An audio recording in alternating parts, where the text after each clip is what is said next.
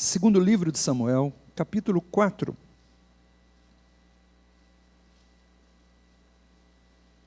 A última vez que eu usei esse esboço aqui foi em março de 2015.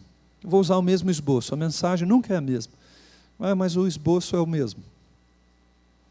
Então você que é cuidadoso aí, tem uma Bíblia que você anota o que eu preguei em tal dia, vai bater aí. Pode colocar agora, dezembro de 2018, né? Também. Quero observar com você o que diz o versículo 4 do capítulo 4. Vamos ler juntos? Quero que você leia em voz alta, certo? Vamos lá então? Não importando a sua versão, leia em voz alta, capítulo 4, versículo 4 de 2 Samuel. 1, 2, 3, e já. E Jonatas, filho de Saul.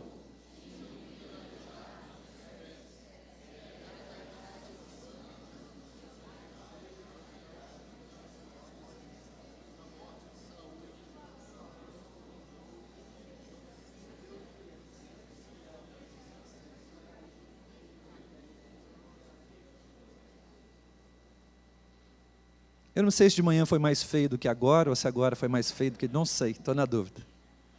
Mas eu entendo que é o primeiro contato que você teve hoje com esse texto, então às vezes fica meio gaguejante a leitura, principalmente porque tem alguns nomes meio esquisitos, não é? Não há problema nenhum. Só que agora não tem desculpa, não é? Agora nós vamos ler firmes, certo? Joia? Pronto, agora você já fez um ensaio seu aí, não é? E agora você vai ler em voz alta, firme, não é? Sem correr, mas em voz alta. 1, 2, 3 e já. Jonatas, filho de Saul, tinha um filho aleijado dos pés. Ele tinha 5 anos de idade quando chegou a notícia de Jezreel de que Saul e Jonatas haviam morrido. Sua ama o apanhou e fugiu, mas na pressa ela o deixou cair e ele ficou manco. Seu nome era Mefibosete. Amém. Vamos orar mais uma vez. Senhor Jesus, humildemente vimos diante de Ti, é a Tua palavra. Então, Deus, fala conosco nessa hora, continua ministrando aos nossos corações. Nós sabemos que há pão vivo disponível para nós aqui. Nós sabemos que há água da vida jorrando aqui desde o início dessa reunião. Perdoa-nos se ainda não bebemos. Perdoa-nos, Deus, se ainda não comemos, se nossa alma às vezes está desatenta, nosso coração fechado. Nós queremos, Deus, nos alimentar, nós queremos nos saciar do Senhor aqui nessa noite. Abre, Deus, nossos ouvidos, passa do Teu colírio nos nossos olhos, libera nossa mente de toda preocupação, de todo amarrio de Satanás. Deixa-nos livre para ouvir a Sua palavra. E fala, Deus, conosco, de modo que o Teu nome seja glorificado aqui, em nome de Jesus. Amém. Amém. O dia ia indo muito bem, tipo os dias que às vezes você enfrentou aí, vai indo tudo bem, mas daqui a pouco chega uma notícia ruim, não é? Chega uma notícia que muda o ânimo, que muda as coisas da vida. Quantos já passaram por um dia assim mais ou menos? Estava indo tudo bem, e sem aviso nenhum, não é? A coisa vira. O mundo vira, as coisas viram. E aí as consequências disso são para o resto da vida. Ficam ali acompanhando a gente. Não sei se você se lembra de alguma coisa que aconteceu com você há 10, 15, 20 anos atrás, e de repente isso interfere na sua vida ainda hoje. Não é? É isso que está falando aqui de Mefibosete. Ele tinha quantos anos de idade? O texto diz aí, 5. 5 anos de idade. Parece que era uma criança saudável, bonita, uma criança de 5 anos de idade. Não é? Gosto de pensar que ele era o neto do rei. Ele era filho de Jonatas, um dos grandes guerreiros de Israel. Não é? Um dos nobres de Israel, um dos príncipes daquela nação. E agora, se ele tivesse puxado, de repente, o avô dele, não é? Ele seria Mefibosete, com os anos, com o passar dos anos, seria um homem grande, seria um homem de aparência bela, atraente, fisicamente forte, porque essa é a descrição de Saul. Você já leu a Bíblia, conhece Saul? Ele era assim, mais alto do ombro para cima do que a média da nação, aliás, do que a grande maioria do povo de Israel. Você se lembra disso? Ele está em pé numa convocação, numa assembleia, e ele era, as pessoas ficavam do seu ombro para baixo. Essa era a descrição de Saul. Um homem forte, um homem de grande estatura, um homem bonito. E aí, se tudo tivesse corrido bem, ou se Mefibosete tivesse puxado seu avô, o futuro dele seria assim, influente, filho da monarquia, herdeiro do reino. Ele moraria em palácios, nas melhores casas, ele seria chamado pelos títulos da realeza, talvez de príncipe Mefibosete. Teria servos e servas, teria um bom patrimônio, moraria na capital da nação, entre os muros que protegeriam a grande cidade. O seu futuro seria um futuro promissor e brilhante, mas aí as más notícias começaram a chegar. Você viu? A má notícia dizia o seguinte: Saul tombou diante dos seus adversários. Ele foi morto hoje no campo de batalha em Jezreel. Jonatas, seu filho, morreu antes dele, tombado diante dos seus inimigos no campo de batalha. E a notícia começou a entrar pela cidade, começou a entrar pelas casas, e a Bíblia diz que a ama, a menina que era encarregada de cuidar daquele menino de 5 anos, por algum motivo ela o pegou e correu em direção a algum lugar que a Bíblia não descreve bem, e na corrida, por algum motivo, ela se descuida daquela criança, e a criança cai, e pelo jeito fratura os 2 pés, ou um deles pelo menos. O fato é que agora ele se torna manco. Talvez porque agora os médicos destinados à monarquia não poderiam mais cuidar dele. Ou talvez porque não houvesse muita coisa a se fazer naquela época mesmo. O fato é que, num momento só, ele perdeu tudo, quase tudo. Perdeu as possibilidades de um futuro brilhante, essas lhe foram arrancadas. Ele perdeu a mobilidade física, perdeu o futuro na realeza, a vida no palácio, perdeu o pai, perdeu o avô, perdeu os privilégios na monarquia. E quando eu olho para esse relato assim, eu penso, que tragédia. Quanta dor, que coisa ruim. Como as coisas aconteceram assim na vida desse homem. E aí, fico observando algo também nesse texto, porque esse texto, esse relato aqui não tem nada a ver com o contexto. O contexto está falando de um tal de Isbosete, está falando de Davi assumindo a sua posição de monarca na nação, está se falando do assassinato de Abner, e daqui a pouco o Espírito Santo faz um parênteses. Coloca um versículo no meio de um tantão de outras coisas, fora do contexto, para falar de um tal de Mefibosete. Diga comigo, Mefibosete.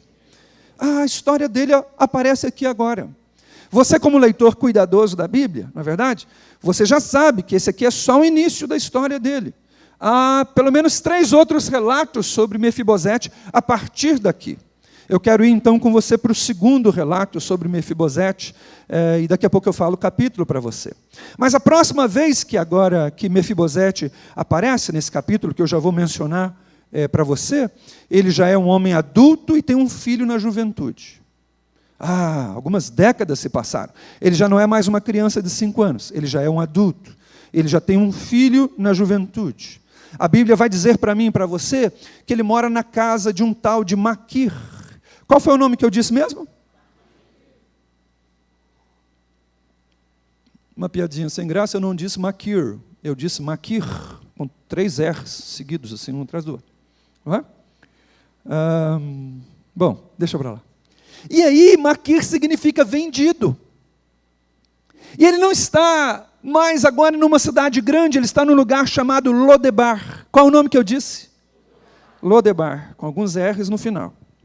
Lodebar significa lugar do silêncio, ou nulidade. Ele está lá. Continue olhando para ele um pouquinho. A próxima observação sobre Mefibosete, partindo aqui do capítulo 4, versículo 4, vai dizendo que ele é manco, ele continua se arrastando pela vida. Lembre-se, ele é manco porque a pessoa que deveria ter cuidado dele falhou nisso. Ela deixou ele cair. Diga comigo, ela deixou ele cair. Ou ele está morando em favor na casa de Maquir, porque os privilégios da realeza lhe foram arrancados, os patrimônios foram perdidos. Ele já não é mais muita coisa em tudo aquilo que acontece na sua nação.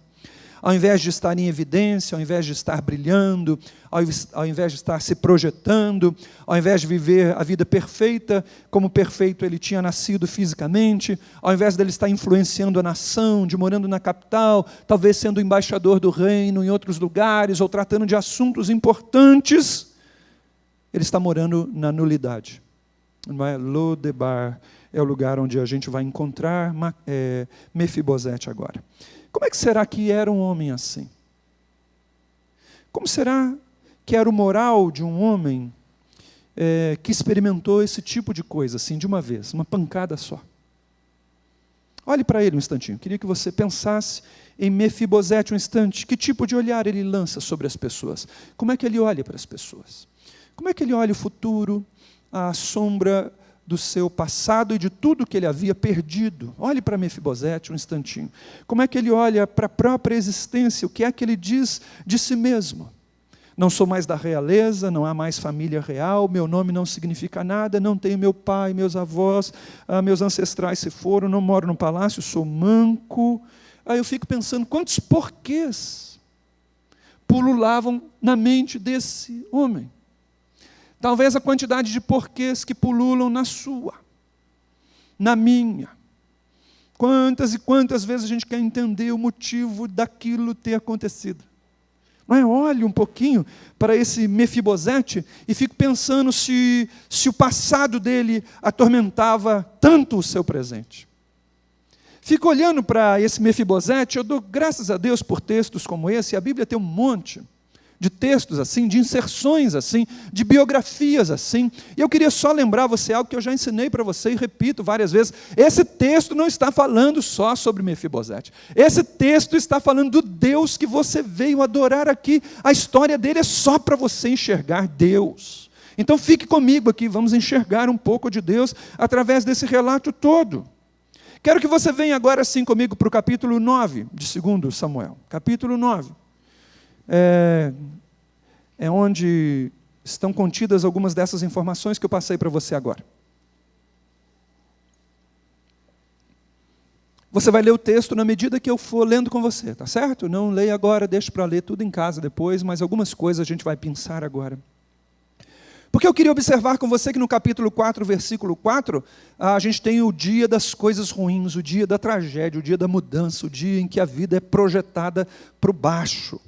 Um dia em que os sonhos são arruinados, as perspectivas boas são desfeitas. Isso está lá no capítulo 4, versículo 4. Mas agora no capítulo 9 a gente vê um dia diferente. A gente vê o dia em que décadas depois as coisas mudam. Algumas coisas são recolocadas no lugar. Há um dia de alegria, um dia de esperança. Eu olho para o capítulo 9 e vejo o Espírito Santo manifestando, apresentando a ação de um Deus misericordioso sobre a vida de Mefibosete e sinalizando a maneira como Deus age em favor da minha vida, em favor da sua vida também, aqui nessa noite. O capítulo 9 começa no versículo 1, dizendo o seguinte: um certo dia, diga comigo, um certo dia. Ah, irmãos, um certo dia as notícias ruins desgraçaram a vida de Mefibosete. Agora, décadas depois, começa um outro dia. Diga comigo, um outro dia. Oh, que coisa boa, irmãos. E é maravilhoso a gente saber que os dias se sucedem. A palavra de Deus diz algo maravilhoso que eu quero dizer para mim e para você. Ela diz o seguinte: a tristeza, o choro, o pranto pode durar o quê? Uma noite, mas a alegria vem quando? Vem na virada do dia, não é? O dia, há um dia diferente. A Bíblia de Deus, a palavra de Deus diz isso para mim. Num certo dia, Davi perguntou: resta ainda alguém da família de Saul, a quem eu possa mostrar lealdade, por causa da minha grande amizade com Jonatas? É interessante isso. Davi acorda e, sem saber muito bem se existia alguém, ou sem ter a precisão de a quem ele abençoaria, ele diz o seguinte: quero fazer o bem para algum sucessor de Saul. Ache no reino alguém que seja descendente de Saul. Eu quero mostrar lealdade para ele em memória de Jonatas, meu amigo. Versículo 2, então os servos de Saul, de Davi, não é? Aquela notícia se esparramou pelo palácio, entrou pelas câmaras dos ministérios lá da cidade, do governo daquela nação, e daqui a pouco trouxeram um tal de Ziba para perto de Davi. A pergunta de Davi para esse homem é essa: você é Ziba? E Ziba então responde: sim, sou Ziba, teu servo. Versículo 3, perguntou-lhe Davi: você sabe da existência de alguém da família de Saul a quem eu possa mostrar a lealdade do Senhor meu Deus? A lealdade era de quem? Do Senhor Deus. Você consegue ouvir isso? Davi é somente um instrumento do Deus leal, do Deus bom, do Deus maravilhoso. E agora Davi pergunta: tem alguém aqui da família de Saul, o rei de Israel, que tombou no campo de batalha, não é? Que havia se afastado de Deus, havia ofendido a santidade do Senhor, um homem que se perdeu, tendo podido viver uma vida abençoada. Será que tem alguém aqui que descende dele, para que eu manifeste a essa pessoa a bondade do nosso Deus? Ziba então respondeu: a um filho de Jonatas, ele ficou aleijado dos pés. Davi pergunta no versículo 4, onde é que ele está? Então Ziba responde: ele está na casa de Maquir, filho de Abiel, lá em Lodebar. Então o rei Davi ordenou que fosse trazido de Lodebar. Versículo 6. Quando Mefibosete, filho de Jonatas e neto de Saul, compareceu diante de Davi, prostrou-se com o rosto em terra. Mefibosete? Perguntou Davi, e aquele homem lhe respondeu: sim, eu sou teu servo. Versículo 7, não tenha medo, diga comigo, não tenha medo. Oh, irmãos, que coisa interessante, você precisa entender isso. Mefibosete está agora com a vida normal, mancando normalmente, longe da realeza normalmente, sofrendo as consequências da tragédia de ter perdido tudo, não é? Lá décadas atrás. Ele está vivendo a sua rotina, e a Bíblia não nos diz bem qual é. O fato que ele está em Maquir, na cidade de Lodebar, não é? Vivendo lá um dia depois do outro, e daqui a pouco chega uma notícia nova, e a notícia é esta: o rei mandou chamar. Preste bem atenção numa coisa, o avô de Mefibosete, Saul, era inimigo de Davi. Saul era adversário de Davi. Saul tentou matar Davi algumas vezes, apesar de Davi lhe ser um servo fiel, não é? Fique tranquilo, a gente está com um probleminha, o pessoal lá de cima já está correndo. Aliás, olhe bem para mim, fazendo um favor. Aí, ó, pronto. Não é? Se tem uma coisa que você precisa fazer, é orar pelo pessoal da mídia. Você só está me ouvindo aqui porque eles trabalham duro lá em cima. A gente pode dar um aplauso para o pessoal que trabalha lá em cima? Lá, que bom, obrigado. Já foram lá, já mexeram, não é?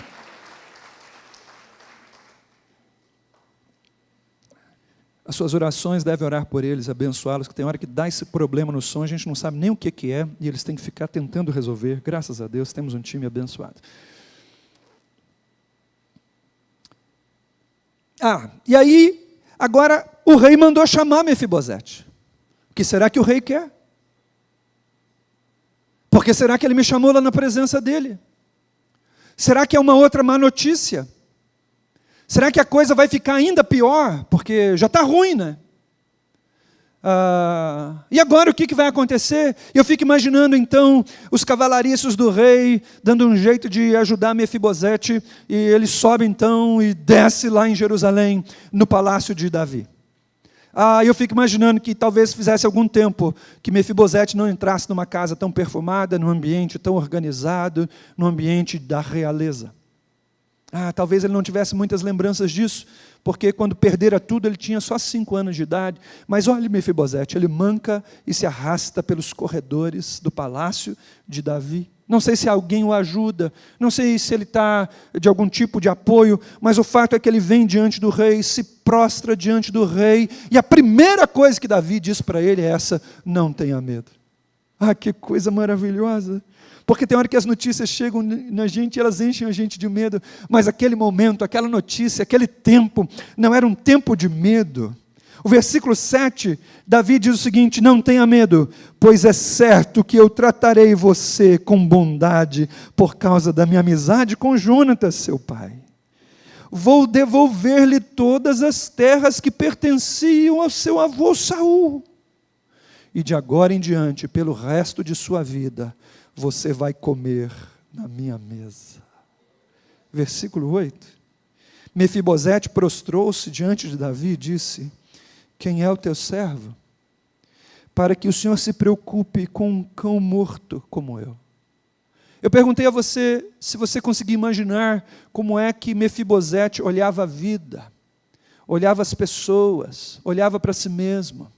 Esse texto diz que diante do rei, ele recebendo bênçãos do rei, diz de si mesmo: por que é que o Senhor vai se preocupar com um cão morto como eu?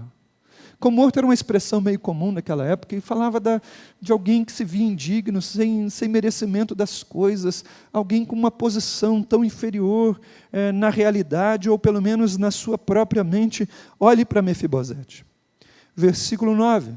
Então o rei convocou Ziba e lhe disse: devolvi a esse homem, neto de Saul, tudo o que pertencia a ele e à sua família.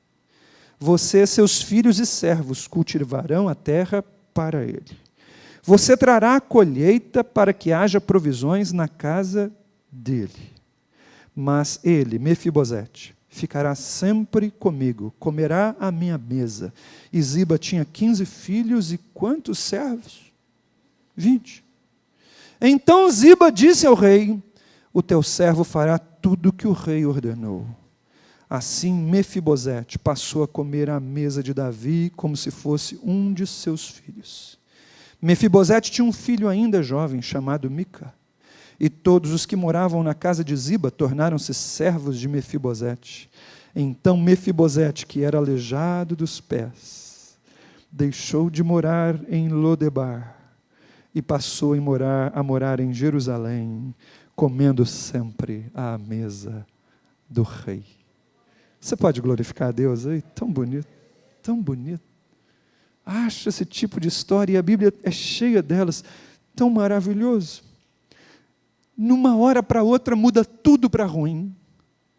Décadas depois acontece um negócio desse. Eu fico imaginando que nem nos melhores sonhos de Mefibosete alguma coisa desse tipo passasse pela cabeça dele. Não fico imaginando que algum dia ele imaginasse experimentar tanta benesse. Veja, o rei está lá e manda trazê-lo, não importa onde esteja, não importa quem seja, não importa como esteja, eu quero fazer o bem para ele. E no versículo 3, Davi diz o seguinte: eu quero mostrar para essas pessoas a benevolência do meu Deus. Do meu Deus. Você pode dizer comigo: o meu Deus é bom. Você pode levantar a sua voz mais alto para dizer isso: o meu Deus é bom.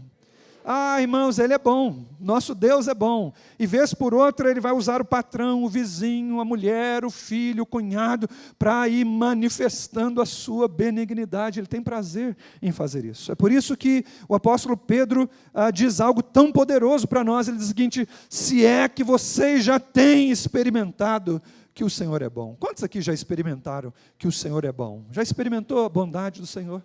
Ótimo, o texto está falando disso, não é de um Deus bom. E daí o rei mandou trazê-lo lá do lugar da nulidade, lá do lugar do silêncio, esquecido lá, desprezado por tempo suficiente. Já foi a hora do esquecimento, já foi a hora da nulidade, já foi o tempo de ficar empoeirado num lugar onde ninguém mais sabe quem você é ou aquilo que você já fez. Sai de Lodebar, vem apresentar-se no palácio, é a ordem que está se cumprindo aí na vida desse homem.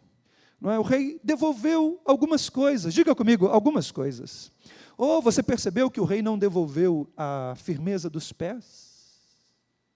Você viu que o rei não devolveu o pai e a mãe, não devolveu títulos de realeza? Você viu isso? Não, o rei não devolveu algumas coisas, mas outras coisas o rei devolveu. É tão interessante ver que agora o rei quer saber quais eram as terras de Saul. Bom, a partir de agora elas não são mais do rei, elas não fazem parte mais do patrimônio da nação, elas são destinadas a Mefibosete. Você percebe como a vida deu uma guinada tão grande, porque agora esse homem que está lá, morando de graça, de favor, na casa de Maquir, ele passa a ter as suas próprias terras, e de uma hora para outra, ele passa a ter cerca de 35 pessoas a servi-lo. Versículo 13, além de tudo isso, vai dizer para mim que o rei fez questão de que ele sentasse à sua mesa como um de seus filhos. Muita bênção ou pouca bênção? Acho isso maravilhoso, maravilhoso. Que transformação da casa do vendido, Maquir, para a casa de Davi, o amado. Olha, da vida de privação para a vida de provisão. Lá da nulidade, do silêncio, do esquecimento, para a alegria de uma vida transformada. Eu acho muita mudança. Da ausência de um futuro, de perspectivas, para a amizade real, para a consideração do rei, ainda manco, ainda com dores do passado, ainda trazendo as cicatrizes das perdas profundas, ainda se lembrando das décadas que viveu, do jeito que viveu, esse homem assenta-se agora constantemente à mesa do rei, para comer dos banquetes do rei, vivendo na presença do rei, e eu acho isso tão maravilhoso. Essa história é outra das tantas tão lindas que a Bíblia apresenta para falar de graça, para falar de restauração, para falar de favor, para falar de coisas que a gente não merece, e de ações de Deus na vida do ser humano, que às vezes a gente não está nem imaginando ou pensando. Eu fico pensando, como é que Mefibosete contaria a sua história para nós hoje aqui? Vamos pensar que a gente colocasse ele aqui dentro e desse o microfone para ele. Me permita imaginar que eu acho que ele falaria algo mais ou menos assim. Um dia a tragédia se abateu sobre mim de uma maneira tão implacável. Vocês imaginam que um dia eu perdi familiares, títulos, propriedade. Num dia eu perdi recursos, perdi importância, perdi sonhos, perdi mobilidade, tudo de uma vez só. Passei a depender do favor dos outros, passei a depender da ajuda das pessoas para sobreviver, passei a depender da ajuda dos outros até para aquilo que é tão básico na realidade humana, que é andar. Saí do centro da nação e fui morar na nulidade. Saí da vida própria, da casa própria, dos recursos próprios, e fui para viver de favor. Saí de uma família constituída e virei órfão, tudo de uma vez só. Oi, gente, foi muita dor. Fiquei sem entender nada durante tanto tempo. Fiquei abatido. Não é sofrido. Vocês acreditam que o meu coração viveu amargurado por tanto tempo? Eu senti tanta dor na alma. Por muitas vezes amaldiçoei o dia que eu nasci. Não queria muita amizade com as pessoas, me tornei sem esperança, passei a viver como um ser humano amargo. Fico imaginando que Mefibosete talvez falasse alguma coisa mais ou menos assim para nós, e daqui a pouco a gente perceberia que o seu rosto mudaria completamente, um sorriso tomaria conta da sua face, e ele diria o seguinte: mas um dia tudo mudou. Um dia tudo mudou. O rei me chamou. Eu nem sabia que o rei me conhecia. E depois eu fiquei sabendo que ele não me conhecia mesmo. Mas o rei me achou. E aí o rei disse que me trataria como um dos seus filhos. Disse que a partir de agora, eu não moraria mais lá na nulidade, eu moraria na capital do reino. Disse que eu não viveria mais de favor na casa de Maquir. Ele me deu propriedades e gente para me ajudar. Num dia, ele me devolveu tantas das coisas que eu tinha perdido. Ele me tirou do silêncio, do abandono, do mofo, da nulidade, me trouxe para o centro da nação. Eu continuo manco. Eu tenho ainda muitas dores na minha alma, muitas lembranças tristes, mas pensa que agora eu me sento à mesa do rei, olho para o futuro com um pouco mais de esperança. Ô gente, meu filho agora, você imagina, meu filho morava de favor na casa de Maquir, e agora nós todos nos assentamos à mesa do rei. Gente, foi tanta mudança, foi tanta coisa boa de uma vez, eu ainda fico pensando se eu estou sonhando, mas o fato é que minha boca se encheu de um riso novo, de um tempo novo. Ai, fico imaginando que Mefibosete falaria algo assim para nós. E é aqui que eu gostaria de chegar com você nesses próximos minutos. E eu prego essa mensagem para mim, para você, sabe? Porque eu creio no Deus que transforma a tristeza em alegria. Eu creio nisso. Creio nisso. Creio no Deus que faz promoções para a vida do seu povo. Eu creio no Deus que interfere abençoadoramente nas nossas tragédias. Ele entra pelas portas da nossa casa, muitas vezes sem qualquer aviso, muitas vezes sem qualquer cerimônia, muitas vezes, irmãos, sem a gente estar sequer esperando ou orando. Olhe bem para mim, eu acho que das melhores coisas que eu já vi acontecer aqui nessa igreja, eu sequer estava orando por aquilo, foram coisas que Deus fez assim no nosso meio, de maneira maravilhosa, poderosa, porque o Deus das Escrituras se apresenta num texto como esse, como Deus que promove coisas boas na vida das pessoas. Diga para a pessoa perto de você, me ajuda um pouquinho, diga assim: Deus tem coisas boas para o seu povo. Diga aí.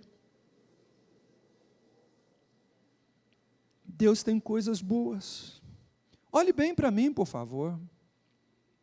Talvez aqui nessa noite alguns se levantariam para dizer para nós: eu tinha tudo para ser uma pessoa melhor. É possível que você, sentado aqui, olhe para você mesmo hoje e não se veja sombra daquilo que você imaginou ser há 10 anos atrás, 15 anos atrás. Ô gente, a vida é séria. Talvez a gente olhe e pense assim: puxa, não era isso que eu sonhava. Eu poderia ser uma pessoa melhor, mas hoje eu estou frustrado, minhas expectativas não vingaram. Algumas coisas que eu imaginei foram arrancadas de mim. Estou preso na nulidade. Fui lançado no empoeiramento da minha Lodebar. Estou aqui preso no silêncio, oprimido e tão limitado. Talvez você esteja aqui hoje e o que tenha te quebrado ao meio foi o divórcio dos seus pais. Até hoje você não se recuperou disso. Eu me lembro que há alguns anos atrás eu encontrei um amigo, a gente jogava vôlei juntos, eles eram crentes, e esse cara tinha, quando eu encontrei, algo em torno aí de uns 40 e poucos anos, molecão, 40 e poucos anos. E eu perguntei: e os seus pais? Imagina um homem de 40 e poucos anos, com filhos na adolescência, chorando porque falou o seguinte: semana passada os meus pais se divorciaram. Ui, a dor é uma pancada tão grande, um cara de 40 e poucos anos, com a vida pronta, lamentando o divórcio dos pais, que aconteceu 15 dias atrás, alguma coisa assim. E aquilo tinha quebrado ele, estava doendo no coração dele. E aí, talvez isso tenha acontecido com você, e você nunca foi a pessoa que poderia ter sido. Talvez o que doeu o seu coração foi a gravidez da sua menina, e até hoje isso arrebenta o seu coração. Você não entende como é que isso foi te ferir tanto.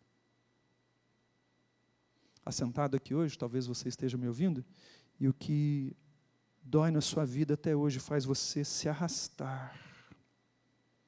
Foi a falência da empresa, foi aquela mudança de vida ou de cidade que te doeu tanto, que te colocou em ambientes que você nunca imaginou viver, que bagunçou a sua vida, ou foi uma enfermidade que entrou, foi um diagnóstico que entrou por sua vida. Talvez o que tenha doído o seu coração foi que na hora que você mais precisou do seu cunhado, daquele seu amigo, ele negou um dinheiro que você precisava e que fez tanta diferença para você, na sua família. Ou foram as drogas que entraram e roubaram tanta coisa lá dentro da sua casa. E talvez alguma coisa que aconteceu com você e você esteja mancando até hoje. Talvez aqui hoje você se levantaria para dizer que o que te doeu mesmo foi que alguém que tinha que ter cuidado de você deixou você cair. Olhe bem para mim. Ou talvez você esteja aqui e alguém que deveria ter cuidado de você deixou você cair. Talvez tenha sido seu pai ou sua mãe, talvez aquele parente que te violentou fisicamente, sexualmente ou moralmente. Talvez a pessoa que te derrubou, não é, tenha sido seu cônjuge. Talvez o que te fez cair, ou aqueles que deixaram você cair, foi a célula que você liderou durante tanto tempo, a igreja que você pastoreou com tanta esperança, ou o pastor que você amava tanto, a igreja da qual você foi membro. Não sei o que é que de repente deixou você cair. Talvez foi aquela pessoa que te colocou aquele apelido que te humilhou tanto, nossa, e você nem sabia que isso doía tanto, até ouvir aquelas coisas, e agora você vive a vida se arrastando ou mancando. Talvez a história de Mefibosete, no dia das grandes perdas, possa lembrar você nessa noite um pouquinho da sua, da minha, porque às vezes a gente anda pela vida um pouco limitado, e embora a gente esteja em lugares de projeção, no fundo, a gente se vê num lugar de nulidade e de pouca influência, talvez como a gente gostaria. E eu não vim aqui fazer nenhum tipo de promessa irresponsável, fantasiosa e nem triunfalista, mas eu vim aqui dizer para você com toda a convicção do meu coração, o Rei dos Reis chama você. Há um chamado do Rei. Há um chamado do Rei. Irmãos, o Rei chama aqueles que perderam. Olhe para mim, o Rei chama os que perderam. Eu tenho tanta alegria de dizer para as pessoas, inclusive para os crentes, e dizer para mim mesmo, que Deus não me chama pelos meus acertos, porque Ele veio buscar e salvar os pecadores. Veio buscar e salvar os errantes, veio buscar e salvar aqueles que foram atingidos pelas tragédias, aqueles que foram injustiçados, aqueles que foram deixados para trás, ou que foram lançados no chão. Irmãos, o Rei dos Reis chama aqueles que não entendem e que ficam às vezes em crise por causa dos porquês. E deixa eu fazer um parênteses aqui, o Rei dos Reis chama você nem sempre para dizer para você os porquês. Mas Ele chama você apesar dos porquês e das não respostas que Ele vai dar para os seus porquês, porque Ele chama você com porquês e tudo respondidos ou não, para se assentar à mesa dEle, comer do banquete dEle e andar com Ele. Quer Ele responda os meus e teus porquês ou não. Deus continua chamando os esquecidos.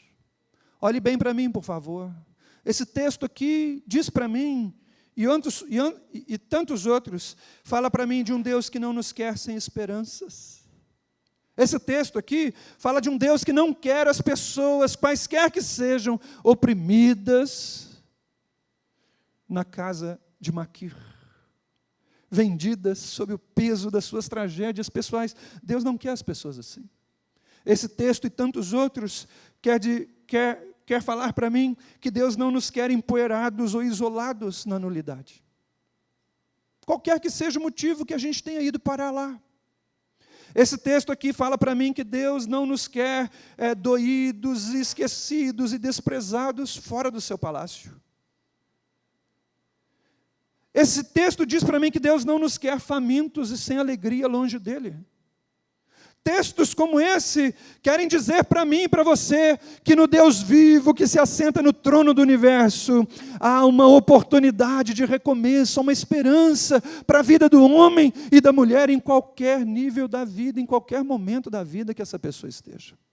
Eu olho para esse texto aqui e fico observando as oportunidades que Deus diz para nós, que Ele grita para nós. Ele quer que eu perceba como Ele é bom. Esse Deus aqui quer fazer algumas restituições para você. Não todas. Deus não é Deus das restituições que a gente quer. Deus é Deus das restituições que Ele se propõe a fazer. Aquilo que Ele se propõe a fazer. Ou eu quero dizer para você que há algumas restituições que Deus quer fazer. Algumas provisões que Ele quer fazer. Eu olho para esse texto aqui e vejo um Deus que quer nos incluir nos seus banquetes. Oh, Deus não quer ver você aí chorando e preocupado e arfando e humilhado o tempo todo. Oh, irmãos, há um tempo na vida em que Deus faz cessar o lugar da humilhação e traz a gente para o lugar do banquete. Acho isso tão maravilhoso. Um Deus que quer mudar a realidade, mudar de vida. Ele quer que a gente saia lá de longe e venha morar no seu palácio, na sua presença, assentado à sua mesa. Eu queria chamar você para você se colocar em pé aí onde você está um instantinho.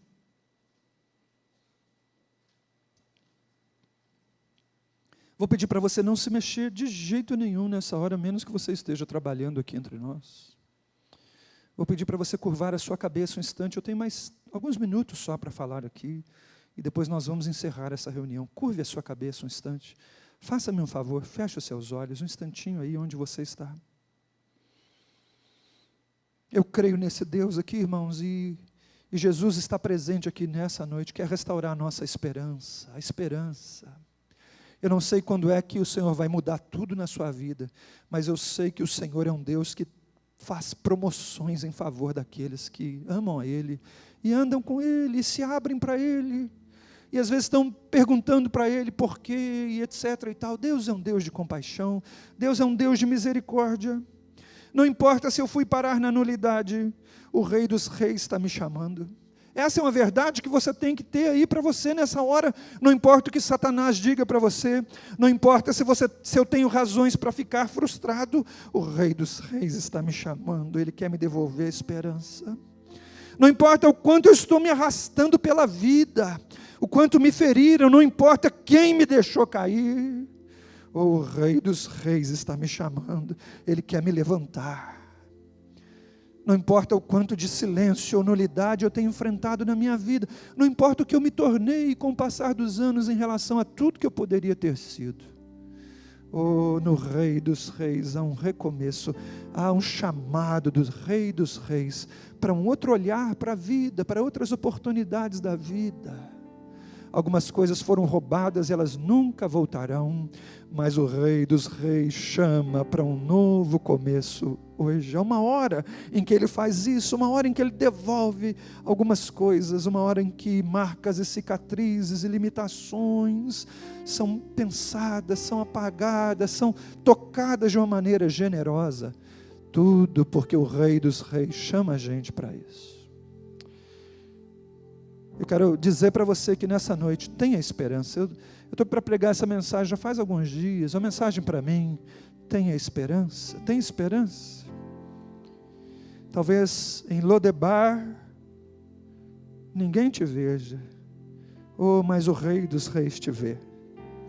O Rei dos Reis te vê. O Salmo de número 27, penúltimo versículo, salvo engano, versículo 13. O salmista diz algo que você e eu não poderíamos esquecer nunca. O Espírito Santo registra algo tão poderoso para nós. E o salmista diz assim: pereceria sem dúvida, se eu não cresce, que verei a bondade do Senhor ainda na terra dos viventes. A terra dos viventes é também um lugar onde Deus manifesta a sua bondade. Eu gosto da oração de Ana. Ana, ela ora assim, de uma maneira tão poderosa. Ela diz o seguinte: que o Senhor é aquele que levanta o homem do esterco, tira lá de Lodebar, e faz o homem, faz a mulher assentar-se entre os príncipes do seu povo. Esse é o Deus que a gente serve. Você está aqui nessa noite, nós vimos aqui para cultuar esse Deus. Eu queria só lembrar você disso nessa noite, aqui nesse lugar. Eu quero dizer uma última coisa para você. Não é? Sim, a gente espera em Deus nessa vida, sim, tudo bem, podemos fazer isso, o Senhor nos desafia a isso. Irmãos, mas preciso dizer a você com bastante consciência, de que um dia, nós estaremos num lugar onde não haverá lágrima, não haverá choro, não haverá morte, não haverá enfermidade, não haverá pecado, onde o que haverá é o canto do livramento, o canto do triunfo, na presença do Senhor, tudo porque o Senhor quer promover o ser humano, quer promover você aqui nessa terra e também por toda a eternidade. Queria orar com algumas pessoas, Talvez você esteja aqui nessa noite e o Espírito Santo falou com você aí. Eu queria dar a você a oportunidade de sair do seu lugar, aí da galeria, embaixo da galeria, à minha direita, à minha esquerda. Talvez você esteja se sentindo num lugar de nulidade. Talvez você esteja se vendo mancando, se arrastando pela vida, esquecido. Talvez sua mente esteja cheia de porquês. Algumas coisas lhe foram roubadas e outras negadas, e você não está nem pedindo muita coisa, são sonhos mínimos. Eu chamo você, a gente vir aqui orar a Deus e colocar isso diante dele mais uma vez. Imagino que você já tenha feito isso em outras ocasiões, mas desafio você a vir aqui e colocarmos diante do trono da graça mais uma vez a vida e as questões. Então, sai do seu lugar. Se você precisa de oração, se você tem aí alguma coisa dentro de você, se você precisa de um renovo de Deus na sua vida, na sua casa, nos seus sonhos, no seu casamento, olha, se você crê no Deus de promoções e você precisa de uma, sai do lugar onde você estiver, vem aqui, nós vamos orar juntos. Pode vir assim como alguns, em lágrima, em choro. Por favor, dê um passinho para frente aqui para mim, algumas pessoas estão chegando aqui, isso. Você que está aí à minha esquerda, aqui, tenta vir aqui um pouquinho para o centro, aqui perto de mim. Queria ficar um pouquinho perto de você, isso. E se você está aí, onde está, e achar que deve vir aqui para frente, eu vou falar ainda mais alguma coisinha e você sai rapidamente. E a nossa saída do nosso lugar é só uma manifestação de que nós cremos nesse Deus aqui, onde nós estamos, onde nós fomos lançados, onde nós entramos pelos nossos erros próprios, aqui onde nós estamos, é o lugar onde Deus nos alcança. Nós estamos saindo do nosso lugar exatamente para dizer isso. Eu sei que Deus me alcança, eu creio num Deus de promoções, eu creio num Deus de vida, creio num Deus de refrigério para mim, para minha alma e para o meu coração. Você que está aqui na frente, eu vou pedir para você colocar a mão no seu peito assim, só num sinal de concordância. Eu imagino que aqui na frente você já esteja ou tenha falado com Deus mais uma vez sobre o que dói aí dentro, sobre o que incomoda você aí dentro, sobre o que te fere aí dentro. Irmãos, ninguém via Mefibosete, mas Deus o via. Talvez ninguém esteja te vendo, mas deixa eu dizer uma coisa para você, Deus te vê. Talvez aqueles que vissem Mefibosete lá naquele lugar se arrastando, ninguém imaginava fazer o bem para ele de uma maneira assim tão copiosa, tão abundante. Mas esse era o sonho do coração de Deus, tocar nele de uma forma tão poderosa. Eu imagino que esse seja o desejo de Deus para você, para a minha vida. Eu creio nisso profundamente. Coisas boas de Deus, coisas boas de Deus que nos atingem a vida, atingem a alma. Mais uma vez falamos contigo nessa noite, Jesus. E falamos contigo à luz da nossa própria realidade, às vezes doída e cansativa. Mas falamos contigo também à luz da tua palavra, que nos apresenta o Senhor como esse Deus tão compassivo, cheio de misericórdia, Deus que quer fazer o bem. E vimos aqui diante de Ti mais uma vez, colocamos a vida diante de Ti mais uma vez, estamos às vezes preocupados, nos arrastando, doídos aqui, em meio às nossas realidades que muitas vezes para nós são tão duras, tão limitativas, tão frustrantes. O Senhor vê, mas nós colocamos tudo isso diante do Senhor mais uma vez, porque agora olhamos para Ti. Há uma curiosidade no nosso coração em saber o que é que o Senhor vai fazer de bom, quando é que o Senhor vai fazer de bom, porque nós sabemos que esse é o propósito do seu coração. Uma hora, Senhor Deus, as boas notícias entrarão para trazer alívio, para trazer refrigério. Nós cremos nisso, nesse poder transformador do Senhor, e nós então nos abrimos para isso. Nessa noite colocamos essa nossa esperança mais uma vez diante de Ti.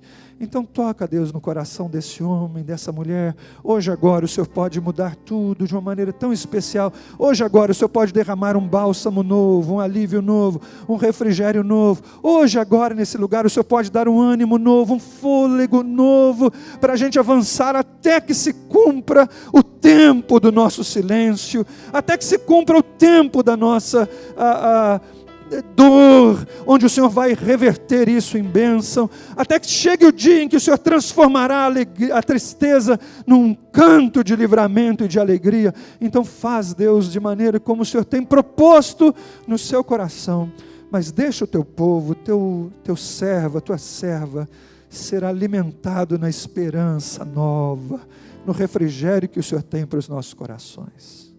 Oramos assim, Deus, no nome de Jesus Cristo, abrimos nossas mãos diante de Ti, para que o Senhor tome o peso. Abrimos nossas mãos diante de Ti para entregar ao Senhor isso que às vezes nos custa, que nos dói. Então leva para Ti, Deus, isso. Leva essa tristeza, essa agonia para Ti e refrigera o Teu povo em nome de Jesus. Agora que vamos sair daqui, vamos começar esse culto longe uns dos outros, fora desse ambiente. Oh Deus, que o culto agora, que começa agora, seja um culto muito poderoso, seja um culto, Deus, muito vívido, um culto que agrade o Senhor, lá na faculdade, na escola, na vizinhança, no trabalho, por onde nós andamos, nas ruas, nos ônibus, Deus, no tráfego, Senhor Deus, no comércio. Deus, que a glória do Senhor esteja sobre nós.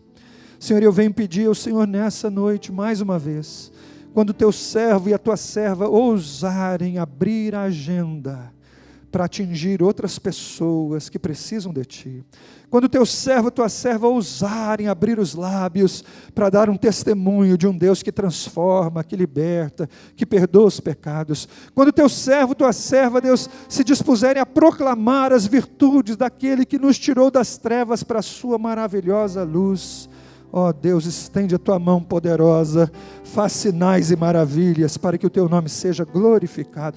Deixa o teu servo, a tua serva, ousadamente se comportar e ver a operação sobrenatural do Senhor, enquanto nós nos abrimos para obedecer a ordem de irmos pelo mundo anunciando coisas boas. Faz isso e glorifica o teu nome, Senhor, e que a graça do nosso Senhor, o Salvador Jesus Cristo, que o amor de Deus, nosso Pai, que as consolações, o bom ânimo, as promoções que vêm do Espírito Santo, atinja a sua vida, a sua história, aqueles a quem você ama, em nome do Pai, do Filho e do Espírito Santo. Amém. Amém. Aproveite que você está aqui na frente, algumas pessoas estão chorando aí perto de você, dê alguns abraços bons. Você aí também, na galeria, aqui embaixo, não saia correndo por aí, despeça-se dessas pessoas aí perto de você, abençoe essas vidas, vá para casa, na bênção do Senhor, na paz do Senhor.